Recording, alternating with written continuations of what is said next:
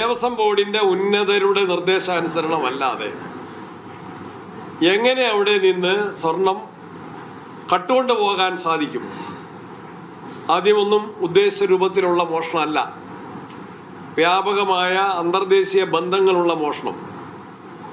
അതിലെ മോഷ്ടിക്കപ്പെട്ട സ്വർണം കണ്ടെടുക്കാനും വീണ്ടെടുക്കാനും കഴിഞ്ഞിട്ടില്ല. മുഴുവൻ പ്രതികളെയും അറസ്റ്റ് ചെയ്ത് കൊണ്ടുവരാനും കഴിഞ്ഞിട്ടില്ല. രാഷ്ട്രീയ നേതൃത്വത്തെ പലരെയും സംരക്ഷിക്കുന്ന നിലപാട് തന്നെയാണ് ഇപ്പോൾ സ്വീകരിക്കുന്നത്.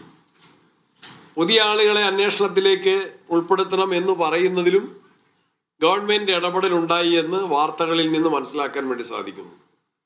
അപ്പോൾ അന്വേഷണം കുറെ കൂടി ദ്രുതഗതിയിലാകണം. ഉത്തരവാദിത്തപ്പെട്ട എല്ലാ പ്രതികളെയും, പ്രതികളാക്കപ്പെടേണ്ട എല്ലാവരെയും പ്രതികളാക്കാൻ അന്വേഷണ ഏജൻസികൾക്ക് സാധിക്കണം. നഷ്ടപ്പെട്ട സ്വർണം വീണ്ടെടുക്കാൻ സാധിക്കണം. എത്രയോ മാസമായി ഇതിൻ്റെ അന്വേഷണവുമായിട്ട് മുന്നോട്ട് പോകുന്നു. നഷ്ടപ്പെട്ട എത്രയോ തിട്ടപ്പെടുത്തിയിട്ടില്ല. അത് വീണ്ടെടുക്കാനുള്ള നടപടികൾ ത്വരിതപ്പെടുത്തുകയും ചെയ്യണം. പിന്നെ അറസ്റ്റ് ചെയ്ത് ജയിലിൽ കിടക്കുന്ന പ്രതികൾ CPM നേതാക്കന്മാർ, മുൻ MLA പത്മകുമാർ ഉൾപ്പെടെയുള്ള മുൻ ദേവസ്വം ബോർഡ് കമ്മീഷണറും പ്രസിഡന്റുമായിരുന്ന വാസു ഉൾപ്പെടെയുള്ള ആളുകളെ ഇപ്പോഴും CPM നേതൃത്വം സംരക്ഷിക്കുകയാണ്, ഇപ്പോഴും സംരക്ഷിക്കുകയാണ്. എത്രയോ തവണ അവരുടെ ജാമ്യാപേക്ഷകൾ കോടതി തള്ളിയത് മതിയായ കാരണങ്ങൾ സഹിതമാണ്. ഇത്രയും ദൈർഘ്യമേറിയ കാലത്ത് ജാമ്യം കിട്ടാതെ ജയിലിൽ കിടക്കുന്ന പ്രതികൾക്കെതിരെ പാർട്ടി ഒരക്ഷരം മിണ്ടിയിട്ടില്ല. ഒരു നടപടിയും, സാധാരണ ഒരു പാർട്ടി പ്രവർത്തകനെതിരെ നടപടി സ്വീകരിക്കണമെങ്കിൽ പ്രഥമ ദൃഷ്ട്യാ ഒരു കേസ് വന്നാൽ മതി.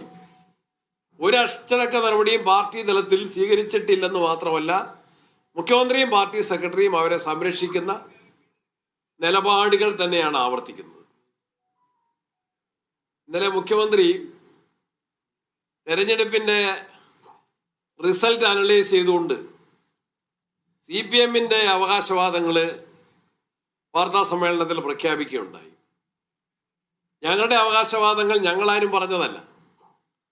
പാർലമെന്റ് ഇലക്ഷൻ കഴിഞ്ഞപ്പോൾ കേരളത്തിലെ മാധ്യമങ്ങളാണ് 110 സീറ്റുകളിൽ UDF പാർലമെന്റ് ഇലക്ഷനിൽ മുന്നിട്ട് നിൽക്കുന്നു. അസംബ്ലി സെഗ്മെന്റ് വൈസ് പറഞ്ഞത് മാധ്യമങ്ങളാണ്. കാര്യകാരണ സഹിതമാണ്, ഇലക്ഷൻ കമ്മീഷന്റെ വെബ്സൈറ്റിലെ കണക്ക് വെച്ചാണ്.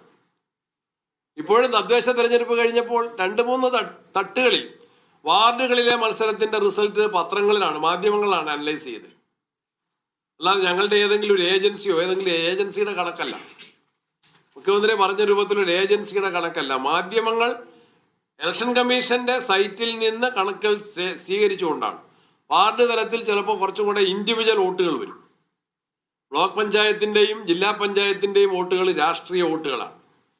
അതുകൂടി വിലയിരുത്തിക്കൊണ്ടാണ് UDFന് നിയമസഭാ അടിസ്ഥാനത്തിൽ വ്യക്തമായ ഭൂരിപക്ഷം ഉണ്ട് എന്ന് കേരളത്തിലെ എല്ലാ മാധ്യമങ്ങളും, ഒരുപക്ഷെ പാർട്ടി CPM പാർട്ടി പത്രം അത് അത്രയും വെളിച്ചത്ത് പറഞ്ഞില്ലെങ്കിൽ പോലും അവർ പ്രതിപക്ഷ അല്ലെങ്കിൽ അവര് ആ കാര്യത്തിൽ ന്യൂനപക്ഷമാണെന്ന് അവർക്ക് പോലും സമ്മതിക്കേണ്ടി വന്നു. പാർട്ടി നേതാക്കന്മാർക്ക് പോലും സമ്മതിക്കേണ്ടി വന്നു. അതുകൊണ്ട് ഞങ്ങളാരും അവകാശപ്പെട്ടതല്ല. ഞങ്ങളുടെ കാൽക്കുലേഷൻ മാധ്യമങ്ങളുടെയും ഔദ്യോഗിക കണക്കുകളുടെയും അടിസ്ഥാനത്തിലുള്ളതാണ് ഞങ്ങളുടെ വിലയിരുത്തൽ.